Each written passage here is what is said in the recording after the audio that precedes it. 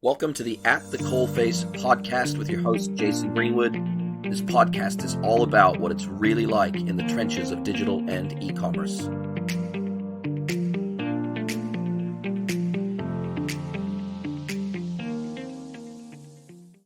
Hello, everybody, and welcome again to the At the Coalface podcast with me, Jason Greenwood, your host. It's my pleasure to welcome Rick West from Field Agent to the podcast. Welcome, Rick.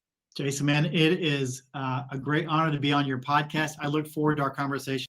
As do I. Now, what's cool about your technology is it really automates something that I like to call secret shopper. Right. And I guess a lot of people and a lot of brands have tried to do the secret shopper thing for a very long time. And at least as far as from what I can tell, I haven't used your platform before. However, from what I can tell from reading on your website and also reading from your LinkedIn profile, it really feels like you've effectively turned the concept of a secret shopper into a mobile app. You also have your secret shoppers, your network of secret shoppers, which you call field agents, which effectively sign up to be secret shoppers to your platform. And then brands can mobilize those shoppers via your app. And then your app collects the data that they collect when they are acting as secret shoppers, and then presents that back to you in a really analytical way with visual analytics through the app in real time. Do I understand the platform correctly? I think we can end the podcast now. You did a great job explaining what we do. And it's really cool because your platform enables the capture of photographs, video, data, insights, reviews, and also if they're actually doing a product trial, if they need to actually use the product, then the field agents can give feedback on products directly back into the mobile app, as well as repurchasing information all through the one singular interface. So effectively, you provide the plumbing between the secret shoppers and the brands themselves. For decades, generations, mystery shopping was fairly straightforward. You would hire someone, you would train them. They would go to a brick and mortar location, they would go to a restaurant, go to a facility, whatever it may be. And they would, engage, and they would score things on a score of 1 to 10. How well did you do? But again, but pretty rigid requirements and specifics from a mystery shopping perspective. We came into that and flipped it upside down by saying, gosh, instead of bringing in a professional, what if we brought in everyday people and we had them capture data, quantitative and qualitative, yes and no questions, as well as their opinion, include with that photos and video to create a really interesting mystery shopping experience for the user, but more importantly for the client that hired us to go do that work. And I often tell people, here's a really simple example of that should ring true. You have a professional, they're going in, and let's say for the sake of arguing, they're going to rate the cleanliness of a restroom. You're in a Walgreens, a Walmart, Stop and Shop, whatever, a restaurant or shopping location you may go to the restroom, and they score cleanliness on a scale of 1 to 10, and they said, yes, based on this X point checklist, I gave them an 8 on this, a 9 on that, so it passed all the inspection. And we come in and say, what if I sent in a mother of 2? The mother of 2 goes in, and we ask her opinion of whether or not she would actually put her baby on the changing table and what she thought the cleanliness was. And the mother comes out and she gave everything a 4 and a 5. So our question back to that client that would hire us is that, I know on a scale of 1 to 10, based on this attribute, you think you're doing great, but your core shopper who we sent in thinks you're failing. Which mystery shopping piece of data, which mystery shopping product would you decide to purchase? They're like, oh my gosh, Rick, I think I need to go with you guys because you have true insights and experience coming from our core shopper as opposed to a trained professional. And listen, don't get me wrong, Jason, there's a role for both. Our point is, in most cases, you'd rather have your core shopper telling you the truth as opposed to a trained professional. And I guess a trained professional at the end of the day is almost to a degree potentially wanting to keep the brand happy and make the brand happy. So they don't want to, there's this competing agenda here, right? You don't want to score them 1s and 2s and 3s, even if you think that they maybe are worthy of a 1 or a 2 or a 3, because you want to continue to get their business. So maybe you inflate those figures a little bit, maybe you pad them a little bit. So instead of giving them 2s and 3s, you give them 4s, 5s, and 6s, but maybe you don't give them 10s. So I think that you're right. I think that there's room for professionals because there's certain things that they'll look at through a professional lens that maybe your average target shopper may not see or may not recognize. But then again, because the secret shopper is truly secret and I guess there's no agenda of them being hired back to do this professional job. Really, it's just it's an app. It's almost like Uber for secret shoppers. And so when we think of it that way, we think there's no agenda. This is very honest. This is very truthful feedback. And really, all you're doing is you're acting almost like a marketplace for secret shoppers to facilitate brands being able to connect to those secret shoppers. And that's very true. So you touched on a couple of things that are really important. So there is the industry of mystery shoppers. Listen, they're doing a great job. They're doing exactly what they've been paid to do. But if you talk to the folks in a quick serve restaurant, as an example, they'll say, we know what car the mystery shopper drives. She's been coming in here once a month for the last 3 years. And as soon as she shows up, I call all my friends and my partner restaurants and let them know, make sure you clean up because Sally's showing up today. So there's that aspect of it. Gosh, this is the person coming in. In my case, who knows who you're sending in? I think the other piece is that, and we've seen this on receipts, when you finish at a register and they say, make sure you rate us today. And if you give me a 5, I might keep my job. But if you don't, give me something lower, it'd be really sad for me. So what are you going to do? Give them a 2? So there's all those games that people play. But you mentioned the marketplace, which is really important in our world, is that there's also that aspect of the on-demand or near real-time. So there are mystery shopping firms that you're going to come in, you're going to contract them out to do X number of locations over a period of time. And obviously we can do that. But there's some of your listeners out there that are saying, gosh, Rick, I've got 50 locations or 20 locations and 90% are doing great. I only need to check on 3 or 4. And you can log into our marketplace, which is a B2B, retail marketplace that provides solutions. You can log right into our mystery shopping or ratings and review or whatever product you want to check. And you can do as few as 1 location to 10 locations to 1,000 locations. And it really is just like B2C e-commerce. You can click, go to cart, swipe a credit card. It's the best $8.95 you've ever spent in front of you. So the marketplace allows us to bring best-in-class service, best-in-class products to the masses without doing a bunch of phone calls and interviews and sales reps trying to sell you on a big program that you don't need. So that's another way that we've just disrupted this retail solution marketplace that we're in today. The other thing that I think is cool is, as you pointed out, I think with traditional mystery shopping and secret shopping, I've actually seen mystery shoppers in specific retail locations, and they have their sort of piece of paper out, and you can see them looking around and walking around and then getting their pen out and maybe writing something down on a piece of paper. And it's pretty obvious what they're doing most of the time that I've seen this. And I obviously, right. 100% sure maybe they're writing something down and just comparing prices or something like that. But to me, it always felt reasonably obvious when someone was doing a secret shopping mission. And I feel like because you're a mobile app and because they're actually recording their answers directly on their mobile device in your app, it's just like somebody's in the store using their mobile phone, which every customer uses every single day. And they're on their phone with their friends, they're taking photos, they're sending them to their friends and saying, hey, do you like this outfit on me? So it's totally within the realms of expectation that customers would be on their phone in a particular store, in a particular retail location. And that helps to further cloak the experience, because instead of having a piece of paper out where they're going through a checklist, they're actually just doing it on their mobile phone, right? Jason, you're exactly right. And so what happens with that is the way we crowdsource this work is that no one's going to travel across town to do a X dollar mystery shop because it's just too expensive to do that. However, while you're out shopping, while you're on your way to work, you can make another $5, $10, $15, $20 by stopping at a location to do some mystery shopping, capture some photos, to answer a few questions. And so because of that, you're getting this near real-time effect while people are out and about, and you get the randomization. So a person that saw you this week is going to be a completely different person next week. So the mobile phone kind of hides, to your point, cloaks it, and you could do it at any given time, day or night. There's no qualification saying, oh, we only do this between 8 and 5. We literally have done some mystery shopping and captured data inside of stores at 2 and 3 o'clock in the morning because that's when our clients wanted it. So the 24/7 nature of the lives we live and the way we engage retail and the fact we're carrying that little handheld computer called a phone in our hand allows us to do the work that we do. Amazing stuff. Now, how do you handle, now I know in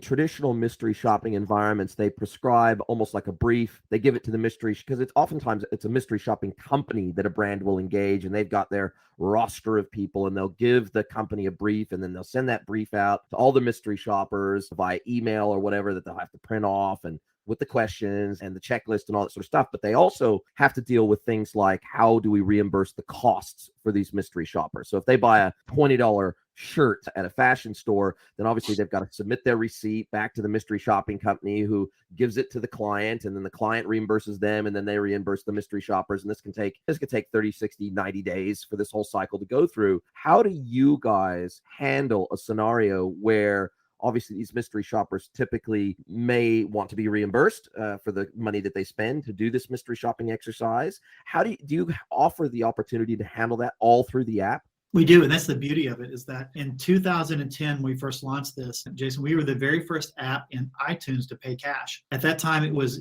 you could get a badge, you could be the mayor of Sydney, and there's all kinds of different points you could get. And we came in with cold, hard cash and listen, you do the work for us. And based on the type of work, sometimes it'll take us 48 hours to QC something, to check various things. Sometimes it may take a little bit longer. In some cases, same day, but within a short period of time, call it 48 hours, maybe even less, you'll have the cash directly into your app, and then you can leave the cash in the app, or you could click a button, have it go directly into your checking account. So within a day or so, sometimes the same day, you're getting paid for exactly what you do. And the reimbursement for products are the same way. We've had agents for us that we've purchased items that were as much as $400, and they purchase the items, they submit the receipt in the app, everything is scanned and QC'd, and with a matter of 24, 48 hours, they've got the cash coming right back to them. So by the time it floated on their credit card, they've already got money in their account to pay for it. Wow. So they get to keep the goods, they get to provide the feedback and the data to the brand, the merchant, and they get paid for their shopping exercise, and they get free goods. It feels like it's almost too good to be true.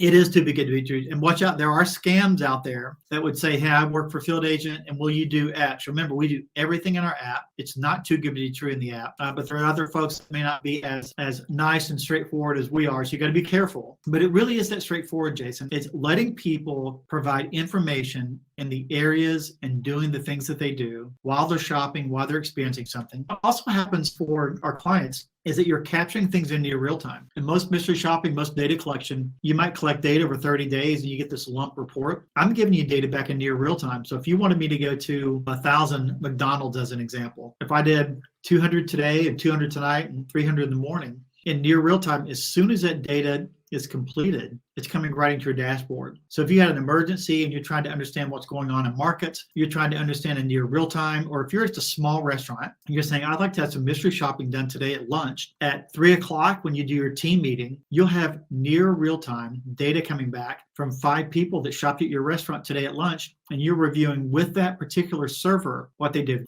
wrong, giving them immediate feedback. So it can be that quick and that powerful, which is really interesting as we engage our clients. They're saying, gosh, that's almost too fast for me to even be able to digest it, which is pretty cool to see. It certainly is. Now, you're obviously based in Arkansas, and I'm guessing that you're very North American centric at the moment. You've been in business for nearly 12 years now. What regions do you target? Do you only work within, and do you have a network of field agents primarily in the United States, or is this something that is now a global enterprise, or are you looking to take it global over the next couple of years? Yeah. So, Jason, do you know anyone that might live in Australia or New Zealand?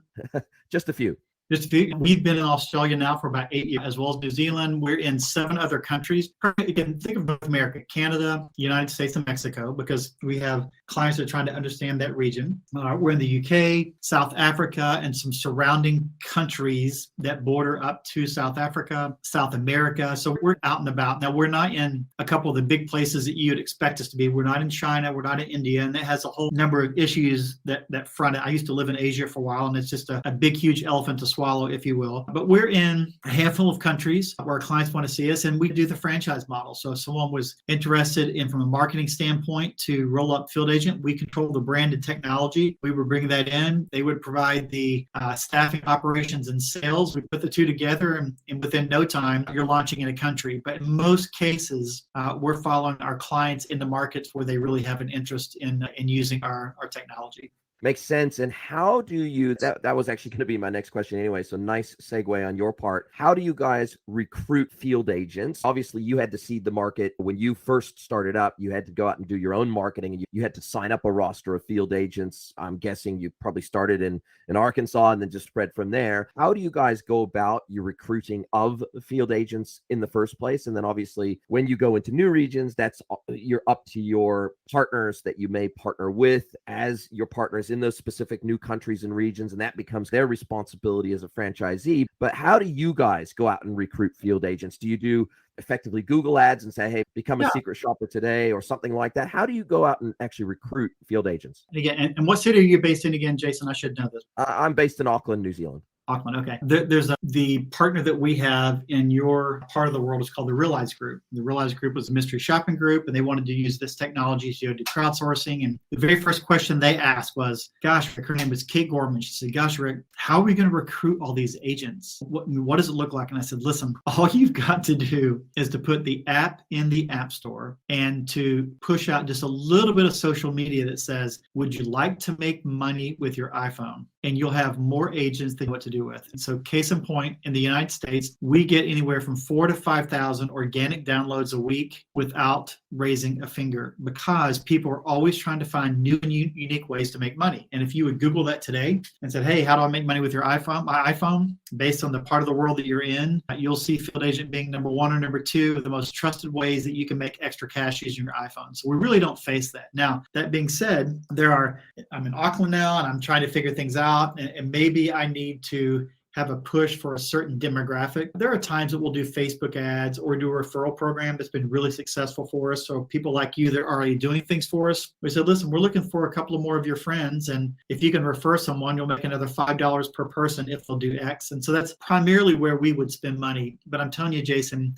98% of the time, 99% is purely organic. People hear about us and they want to make cash. And they're excited when they download the app and see within minutes they can make money. And so for your listeners, New Zealand, Australia, one of the countries I mentioned, while they're on the podcast, while they're listening to us, they can download the app. And I'm one of the few people that's ever been on your podcast that can actually pay your listeners money while they're listening to us on this podcast. Amazing stuff. And obviously with COVID, when we think about the impact to physical retail and physical retail getting absolutely hammered with stay-in-place orders in the United States and what we call lockdown orders in Australia and New Zealand, that had a dramatic impact on physical retail. Now, how do you guys fare in terms of secret shopping on e-commerce websites? Do you guys facilitate that experience as well, or is it exclusively physical? And how was your business impacted because of COVID? Yeah, a couple of things. Obviously, with the first few weeks, everyone was panicking, staying indoors.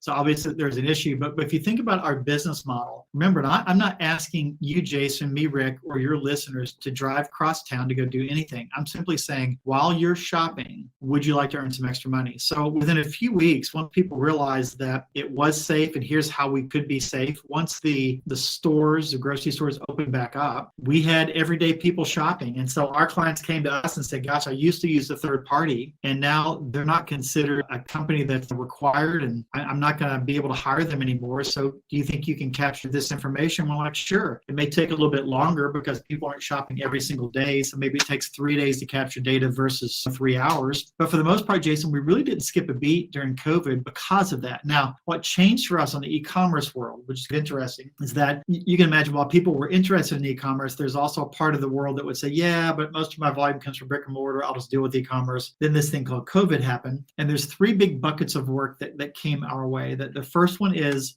really around online delivery. Whether you're doing online delivery or not, you were forced into it. And so we became an amazing tool for retailers to shop their own online delivery, where that we captured video of the delivery inside of someone's home. We took pictures, and we also did competitive intel for them. Hey, you're trying to figure out what your competitors are doing for online delivery, and we can go hit a couple of 100 locations this afternoon and tell you exactly what they're doing and how they're changing. So delivery is number one. The second one is that you saw a surge of just simple pickup. The pickup process, how it worked. It's similar to going to a restaurant. How long did it take? Did you get what you were looking for? And so that was another way for us to really play an important role for retailers and, quite frankly, brands trying to understand how their goods are being handled and delivered and processed for online delivery and pickup. And then finally for us, what we don't do is track keystrokes with cookies on a website. That's not who we are. That is not what we do. But what we do process, and how we do capture things, is that, again, we can have 100 people from 100 different area codes, zip code, postal codes. And when you go online, you're going to see different ads. You're going to have different perspective when you log in. And we can have people capture that real time with their phone on video. We can have them answer questions while they engage online. Or you've got a certain demographic, and Jason, that says, what do you mean MacBook? I just use my phone to do everything. We'll have them do a screen share and simply record everything they're doing while they've got their phone open, and then simply send us that video and capture that information. So while we do e-commerce work, it's not keystroke. It really is shopping habits, shopping behavior. And COVID, if nothing else, exposed the opportunity to us. And so we've been really happy with the product we've delivered, even to the case of we do a ton of ratings and reviews right now, where we have people buy product and try it, and they can tell us a story, and we use that for research or marketing, or they can buy it and try it and do a 5-star review. And so that's been pretty cool as well. And you can buy it obviously at e-commerce, delivered to your home. You can do it pickup, or you can buy it inside. So that's how we fared over COVID. And I guess you can also get feedback on the website experience. You don't have to track it. You don't have to have screen recording or anything like that. You can get your field agents to give the feedback on, hey, was the website easy to use? Could I find what I was actually looking for? Could I navigate the site easily? Was checkout easy? Did they have all the payment methods I would normally like to use? So they can give that, I guess, that subjective level of feedback, just like they would give subjective level of feedback when they went into a physical store. They can give that same seat of the pants, genuine feedback from a web experience as well through the app. Yeah, and again, and what's unique about it is that I've got your core consumer doing this, and it's coming back to you, Jason, in near real time. So let's say that you went into your website, made some changes today, and you contract out a third party, and the third party says, yes, we're going to bring some people in, we're going to do a focus group, we're going to put this together. In a couple of weeks, we'll give you a report. You come to me and I said, listen, tomorrow morning when you come into the office, I'm going to have the data downloaded for you, and you can know exactly what people think about the changes you made last night. Make changes again, have them check again tonight, give you other feedback. And in a matter of a couple of days, you can do some major A/B testing and have data right back in your hands, all while you're still waiting on the other company to collect the data. So the speed at which we do this work is really amazing because of this little thing called a smart. And it's amazing what people will do and how quickly they can provide information because they're not having to go to another location. They can simply capture data right there on the phone. You're paying them cash. It really is an interesting business model. It is amazing. And I guess the other benefit, there's just two benefits, particularly for website testing, that leap to mind for me. One is being able to do the demographic and psychographic targeting that you want to do in terms of your testers. So if let's say you're a women's fashion brand, for example, you're not going to want to send out, test requests to a bunch of men, right? That's not what you want to do. You want to send it out to your target demographic. Let's say your target demographic is females between the ages of 20 and 40. Then obviously through your app, because every field agent that signs up has to give you their details. They've got to give you their date of birth. They got to give you their gender. I'm assuming they've got to give you where they live. They've got to give you their shopping habits. I'm guessing that when someone signs up with you, there's a whole bunch of information you gather from the field agent themselves so that you can match the right shoppers with the right brand. Yeah, we capture basic demographic information. Then what happens is, here's the beauty of smartphone technology. And Jason, if you've ever had kids, you've had teenagers, and if you've ever talked to folks that have teenagers, it's the classic way of using a smartphone to catch your teenager. They say, hey, Dad, I'm at house, and we're going to stay there for a little bit. I'll be home soon. And you say, great, take a selfie with Mom. And you're like, I didn't really mean I was there yet. Okay, take a selfie beside your car. Wow, it's amazing what you can capture, right? Near real-time information. And so what we do from a demographic standpoint, we'll say, hey, I'm looking for a certain demographic, and we know their age, and we often do adult beverages. So we actually ask them to see their ID to confirm their age, but we've got basic demographics. And then we're saying, I'm looking for someone that's an organic shopper. Now, Jason, you and I both knows that when people fill out surveys and they capture information, you lie. At a minimum, you fib, because you're trying to think, wow, I really want to do this survey, get paid $10, so I'll answer the questions a certain way. In our world, you can't do that, because what I'm going to make you do, Jason, to figure out if you're really an organic shopper, because you're going to say yes, because that's what you think I want you to answer. I'm going to say, go into your home, and I want you to put on your kitchen countertop all the products that you consider organic, and then list them, submit that. Then I come back and look at my client says, listen, if they have organic this, and these 4 items, they're my core shopper. So now, Jason, I know within 100% certainty I have the right organic shopper, as opposed to someone that simply answered the question, do you shop organic? So that's been really cool. Even people that are trying to do shifting, and listen, I'm trying to find a L'Oreal user of cosmetics because I'd like them to look at my new CoverGirl products And how do you find L'Oreal people? And I said, well, I'm going to have them take their cosmetics and put it beside of their kitchen sink, take a picture of it. I know they can't replicate the picture. And if they can prove to me they're L'Oreal, then they're going to qualify. And they're like, oh my gosh, that's brilliant. Because I really don't know when I do other surveys if the screener is going to be right. So the power of that phone, photography, camera, technology really allows us to get really tight with the demographics you're looking at, demographics you're looking for. Amazing stuff. And how did you come to be in this space? Now, I know that you come from a CPG background, Procter & Gamble for many years. You did come from a data and market research background as well, member of the board of directors for the Mobile Market Research Association, so heavily involved in mobile marketing. You've been a serial entrepreneur and investor for many years. And did you, because of this background, was that what prompted, were you scratching an itch and saying, hey, I'm going to combine my love of research, my love of CPG, my love of mobile tech, my love of entrepreneurship, and I'm going to take all these things, I'm going to bundle them all together, and I'm going to bring them all together in a seamless, easy to use app that bridges the gap between shoppers and brands? Is that kind of how this whole thing fleshed out, or what was the genesis of Field? I wish I could say I was that intuitive and smart, Jason. It doesn't always work that way. But if your listeners are entrepreneurs or they really would like to get into the entrepreneur space, the way this came about for us is that we were running a shopper marketing and shopper research company. My wife was running the shopper research company. I had another couple of partners running shopper marketing. We had a couple other LLCs. And so it was pretty much a boutique research and marketing business. It was a great business in front of us. We're here in Arkansas, about 30 minutes south of Walmart. So we were close to customer teams that were doing work. But what we started to find out, Jason, is that we were spending more and more time flying around, getting into locations, whether it's someone's home or a retail location, to capture data. And the data was signage, what was happening for competition, what is new signage, what does a new store layout looks like, and somebody open up a new store, how did the adjacencies come in, or how were you storing this product inside of your home? And so we were sitting around a table with our new iPhone 3Ss. And now, Jason, that's back in the day, I call it the pre-selfie day. So no front-facing camera, no video.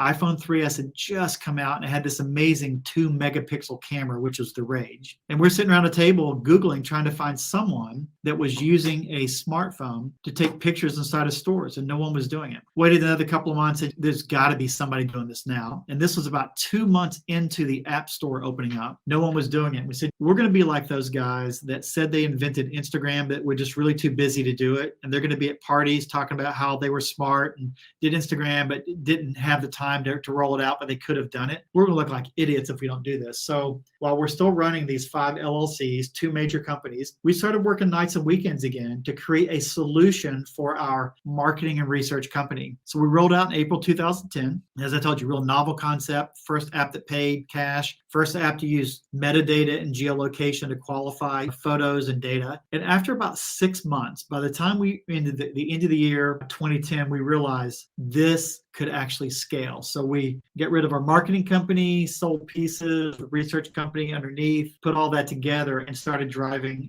Field Agent. So the way you described coming to this idea really happened at about 6 months post the idea. But the idea was really taking a hunch based on a group of people saying, I wonder if we could do this, lowering our heads and getting it done and not being afraid to fail when it comes to technology. So we jumped on it, and the rest has been history. Wow, what an amazing tale of entrepreneurship. That is so cool. And how did you guys, when you first started, obviously you bootstrapped it from a financial perspective because you said you were funding this out of the other companies that you were already running. But how did you assemble, because that was such early days in the app development world.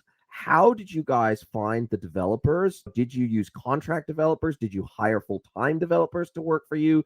How did you put all this together? Because I'm guessing at that point, because it was so nascent, this was a brave new world of smartphones, and the App Store was so young and everything else. How did you guys actually pull this together from a technical perspective in those really early days?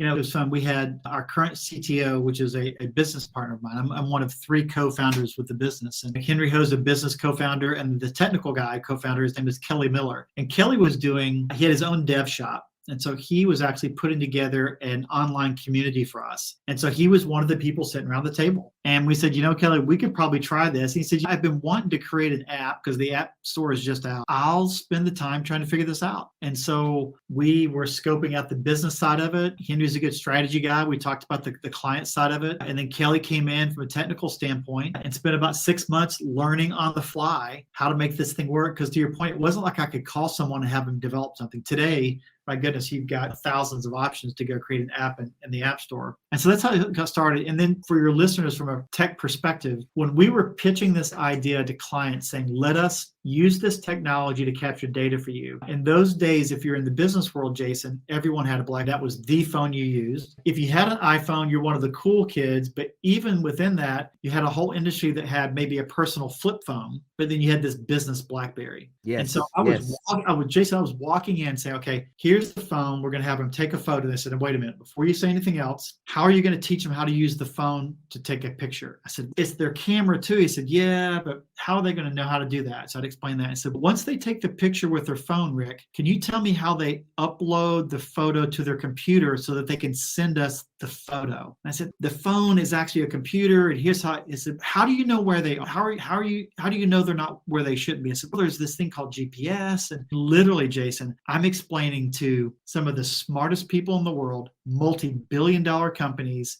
in a boardroom pitching this idea, and they're trying to figure out how the iPhone works because they've never seen one. They've only seen it on TV. That was the early days. Well, I remember those early days because I did have a BlackBerry Pearl, and I tell you, it was called a smartphone, but it certainly wasn't very smart. And I can see why BlackBerry died a pretty quick death in those early days and lost very quick market share to the likes of the iPhone because the usability just wasn't there, even for business users. And I consider myself very tech savvy. Even at that early stage, those clunky buttons, it just was not a really nice experience. And obviously the iPhone came along. It was a full screen touchscreen. It was blazing fast in comparison to anything else out there, had a really mobile optimized browsing experience, and very rapidly within a year of release, it had some killer apps in the App Store, not only for productivity, but for pleasure and entertainment. And I tell you, that you've pretty much just described the genesis of the smartphone and the reason why it saw such rapid adoption after the introduction of the iPhone, particularly once the 3GS came out. That was really a game changer, and the adoption just went through the roof. And I can certainly see how apps like yours, it wasn't just yours, obviously, but there was many apps that came out at around that same time that became the killer apps of today. And what we're seeing is that genesis, and we would probably call your app now, if it was released today, we would call it a social shopping app.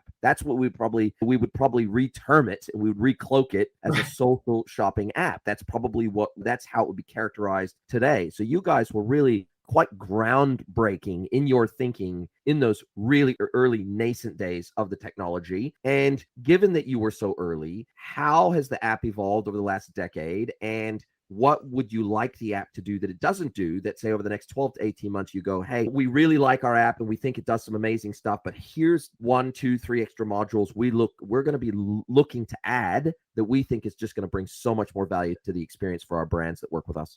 Yeah. So a couple of things. One is you look at the app itself and where we're driving things today. Obviously, we started out in this very basic take a photo, answer a question. Obviously, video changed the game because then we could actually bring in video and voice as well. You take things for granted, but in the early days, you couldn't do video or voice, and it was all just typing in information. So what we've seen evolve with the phone, especially within our app, is that the user experience has increased dramatically, and primarily because of the way that we can do things on the app today. So instead of forcing you to answer this question, I can do a matrix and have you click on dots. Instead of making you type things in, it's much easier for you now to select things. Scanning technology is so easy now. Simply scan a barcode or scan something very quickly, which saves a lot of time. So most of our time over the years has really been spent on the usability, the engagement. And then from that, every now and then you get a client request that says, do you think the phone will do this? Or do you think they can capture X or Y? And it gets into little technical things, but you'll appreciate the banter here, Jason, is that you're trying to understand the size of signage, okay, signage, and you've got retailer A hired us, they've got 5,000 locations, and they said, listen, we had local store managers request signage, and I need to be able to send out a replacement, and I don't know the exact size of signage. So one, you can measure it with a tape measure and put down the recording, but there's also a way to put a credit card down and take a photo, and the phone's smart enough to figure out the size of something because it knows the size of the credit card. So Jason, it's like little things. You're like, oh my gosh, well, that's great processing. It saves someone 15 minutes from having to do something because I just took a photo with a credit card beside of it. It's little things like that keep happening. And then I say the one thing that we're all faced with, and it has less to do with the phone, but it's something that's going to have to continue to change because of the quality of photos, and you get into image recognition and artificial intelligence. It's not like it's the easiest thing in the world to send a 6, 8, 10 megapixel picture, especially when I've just asked you to take 10 of them. And so Wi-Fi connectivity, how do you take that photo, downsize it, but still keep the megapixels you need and the quality of data? I think that's going to be the next big change, because even within video, you face this. You take the video and then 15 minutes later, you're still trying to figure out how to upload it somewhere. The phone is almost too good. And if you've looked at the iPhone 13, the quality of photos are crazy. And then from image recognition, the fact you can actually zoom in and capture so much data. But I can't just ask someone to take 20 photos and upload it, because 30 minutes later, they're still waiting on their phone to process data. So we've got to figure out the data processing side of things. And we've got some tricks. We've got some things that we've done to help make that experience better. But I think we're all in the data world, all going to have to figure that out. And I think another thing along the same lines, as you look at the sheer processing power, oftentimes we have to bring photos and bring things back in to process and then come back and ask out additional questions. The phone is getting better and better, and apps are getting more complex that allow us to do more processing in the app before we submit data. And because of that, instead of asking you question A or B, I could take a photo and then it prompts you for a question, is also going to be game changing. And it's all about the quality of data, the megapixel that's in front of you, and the processing speed on that phone. And they're all getting better and better. No doubt they are, and totally makes sense. And obviously, if you're paying someone $10 for their shopping experience, something like that, and it takes $10 worth of data to get everything uploaded to you, then it's no net benefit to them. So I totally get that. And I'm guessing that there's some ways in which you can configuration in the app for the shopper where they say, hey, only upload when I'm on, Wi-Fi as opposed to 3G, 4G. There's some rules that you can set around that in the app, as well as some of the other rules around compression and all that sort of stuff. So I'm sure that there's lots of opportunities there for you to cater and craft that experience to where it's fantastic for the brand, but it's also great for your actual field agents themselves. Sounds like you've got your hands full. And if people want to get a hold of you, what's the best way to do that? Is it best that they just go to fieldagent.net and check it out there? Because obviously you've got a lot of information on your website. You can create your field agent account both as a brand and as a shopper directly through that website. Or would you prefer that people get a hold of you directly via LinkedIn or some other way? How would you like people to find out more about Field Agent? Yeah, a couple of things. So if you're a person that makes some extra money with your phone, as much as I'd love to talk to you, trust me, Jason, I really don't want to talk to the 10,000 people that all want to talk about making money with their phone. Go to the App Store, download it within 30 seconds. It's on your phone, and you can start making money in real time. You don't need to talk to anyone. If you're a client, you're saying, gosh, I'd like to use the technology to provide, mystery shopping, insights, audit information, marketing, sampling, trial. You can simply go to fieldagent.net, click on the store. It takes you right to our marketplace. And within 5 minutes, you can be buying products that will give you real-time data back into your dashboard in a matter of hours. And for those folks that really want to chat with Rick, listen, you can go directly to the website. But I think the easiest thing is just DM me in LinkedIn. I'm a pretty easy guy to find. Rick West at Field Agent. Direct message me there. Let's connect on LinkedIn. Let's see where things will go. Sounds fantastic. Now, final question for you before we wrap up our session together, and I really appreciate your time. How do you guys make money? So we charge by the drink. So love it. So you're an individual, Jason. You said, listen, I've got a vacation home in Sydney. It's across the water. They're complaining that the trash isn't getting picked up, and I'm really struggling as to whether or not they're cleaning up something or mowing the grass. And you go onto our website and you click, I want to go audit, take a picture to see if the grass has been mowed across the pond in Sydney. You hit submit. We charge you $10 for that. We keep a portion and we give the agent a portion. So if it's $10, the agent might make anywhere from $3 to $7 of those dollars dollars based on how complex it is. And we're going to keep the rest of the cash. And that's how we do business. It really is by the drink, and it's a percentage of what we charge you. So it's really, really straightforward. Does the cost to the brand vary depending on kind of what the task is, or whether it's in person or online, or are there different criteria? Are there pricing tiers for a given shopping task? Is that how you work it? Yeah, almost everything for, now this is, I'll talk US pricing because, and I'm all joking, I really don't know how much they're going to charge you in Australia, so I'll get in trouble with that. Sure.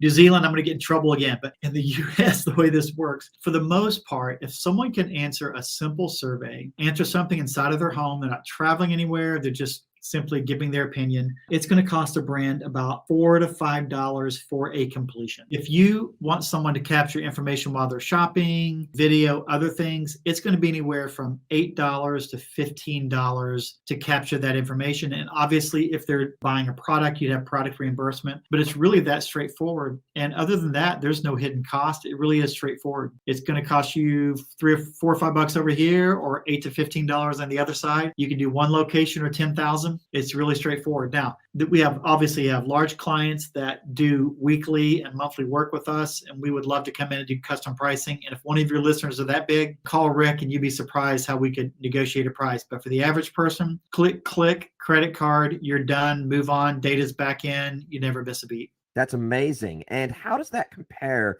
Because you obviously come from the physical environment where you were organizing these types of shopping sans app, where it was all manual. It was a huge process. It was a long, drawn out process. And there still are market research agencies that will do this work for you in a much more manual way. And they've got their roster of shoppers that they go out and connect with. How do you compare price wise to those more manual processes? I'm guessing you're more competitive on price because there's so much of this that's automated through the app. Yeah, it is. We're anywhere from 30 to 50 cents on the dollar. So if you are a person that's hiring a mystery shopping firm and you want them to hit a location, they're going to charge you $25 to $30 to do a mystery shop at the location. We're probably going to charge you 10 for the sake of arguing. If you're a brick and mortar person and you're trying to audit and get a photo taken, if you hire a third party, they're going to charge you by the hour, and it's going to be $30 an hour with probably a 30-minute minimum. So it's going to be $15, and they'll probably get that the next time they're in the store, which will be 2 to 3 weeks later. And we're going to come in and do that for $8.95. We can about half price. So for the most part, we're about 50 cents or so on the dollar compared to brick and mortar. And when you get into online surveys, you can get junk surveys for $1 or $2. I often tell people, Jason, and you can use this line, is that we fix $3 haircuts. They get the $3 haircut. You walk in and your wife's like, ooh, that's rough. You need to get that fixed. So I'm not a $50 haircut. I'm an 8. But I'm sure not a 3. So I tell folks that, sometimes it is too good to be true. So be careful what you buy. There is a cost of doing business in this world, and we're going to be very fair in that. So that's kind of where we fall. Love it. You've done the homework, you've done the legwork. You were in the industry to begin with. You knew what it looked like, both from a brand and a merchant side. And then you jump ship and you know what it looks like to be a service provider and a marketer and someone working in the mobile space. And you brought it all together under this amazing technology called Field Agent. It's been an absolute pleasure talking with you today, Rick. What would be your advice to any tech person out there, or any marketer, or any business person or entrepreneur who's looking at scratching an itch like this and saying, hey, look, we think there's a gap in the market. We think there's some blue ocean stuff going on here, but man, it feels pretty daunting. What would your advice be to them? I'm going to give you the best advice I received as an entrepreneur, which is 2 weeks in. It's Dr. Stephen Graves. So Steve Graves, a friend of mine, he said, listen, I want you to write this down. So I'm all attentive. I've got my notebook out, right, Jason? I'm writing this down. So, okay, I'm ready for the wisdom. He said, you are only as good as you invoice and collect. And I said, okay. And he said, if you can't invoice and collect, you have an expensive hobby. I said, I get it. He said, if you're going down this path, Rick, and you want to start this entrepreneurial journey, ideas are a dime a dozen. You've got to find something that not your mom, not your friends, not your buddies, not your wife says is a great idea. You've got to find someone that's willing to pay you money. And if you found the product or service where someone will pay you money and they're a stranger, you have a big idea. If you haven't, it's just an interesting hobby and you're just going to, do it for fun and waste your time and money. And I said, I get it. And so I tell our team all the time, hey, I know that's a really interesting idea, but who's going to pay for it? I don't know, but it's a really cool feature. So why would you put the feature in? Oh, it's just really, really cool. Like, well, who's going to pay us for it? No one. Well, why are we doing this? And so you got to do it. You got to do it. It's either got to be a clear hobby or you're planning to get paid for this at some point and you got to have a strategy to getting paid. There you go. And if you're going to get paid to do this, that's when I tell people, don't do it halfway, quit your job tomorrow and lean in. If you're still playing in the hobby, man, don't quit your day job. You need to stop as long as you can. But the thing about that, Jason, it's such a simple scenario. It's like, oh, but everyone says it's a great idea. Have you sold to anyone? No. Well, then don't quit your day job. You're crazy, man. You've got to figure this thing out. And then once you get the first taste of someone giving you real money for something that you made or service you provide, Jason, there's nothing like it. You can't go back to your day job. You've got to go drive this thing. So that's my advice to folks. Don't jump off until you get it. But once you get it, jump off quickly because you're never going to regret it. Love the advice. Fantastic advice from a seasoned entrepreneur. Love it. Absolutely love what you guys are doing over at Field Agent. Thank you so much for spending the time with us today on the podcast, Rick. And I wish you absolutely every success with Field Agent, and absolutely everybody down here listening in the ANZ region. Jump on fieldagent.net and sign up to become either a secret shopper, get the app, or if you're a brand that's looking to have some secret shoppers do some work for you to elevate your brand in the market and make sure that you are creating the experience that you think you are, go and check out fieldagent.net. Thank you so much, Rick, and look forward to chatting with you again soon. You bet. Jason, it was a pleasure. Take care. Thanks for listening to the At the Coalface podcast. If you want more At the Coalface, you can subscribe to our premium e-commerce and digital newsletter, At the Coalface Digest.